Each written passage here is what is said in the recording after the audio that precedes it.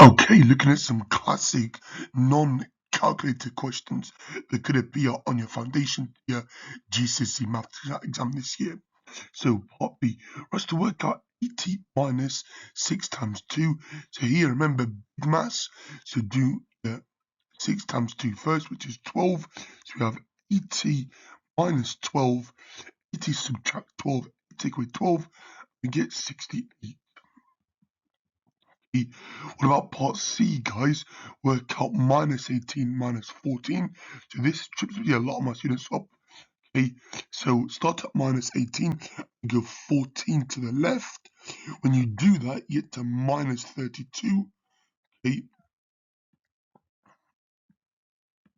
that is our answer for that. Okay, so for negative numbers here, always remember a number line if you're unsure. We start at minus 18. We go 14 units or jumps to the left. Okay, we have minus 19, minus 20, minus 21, minus 22, okay, so on and so forth. And then to the right, obviously it'd be minus 17, minus 16, minus 15, minus 14, so on and so forth. Yeah, so remember that, okay? Remember as well, yeah, if you add a negative number, it becomes a subtraction. So if I have 8 plus minus 10, that becomes 8 minus 10, 8 subtract 10, 8 take away 10, and we get minus 2, negative 2. Okay, yeah, so then lastly, if you subtract the negative, so 2 minus minus 3, that becomes 2 plus 3, which is 5. Okay, so yes, if you add a negative, it becomes a subtraction. If you subtract the negative or minus a negative, that becomes a plus.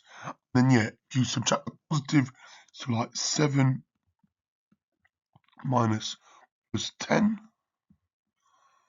which would be 7 minus 10, which is minus 3. Okay.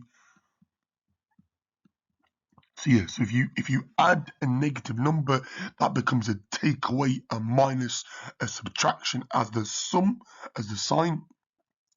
And if you subtract a negative, if you minus, a minus or minus a negative, that becomes a plus or an addition as a sign, okay?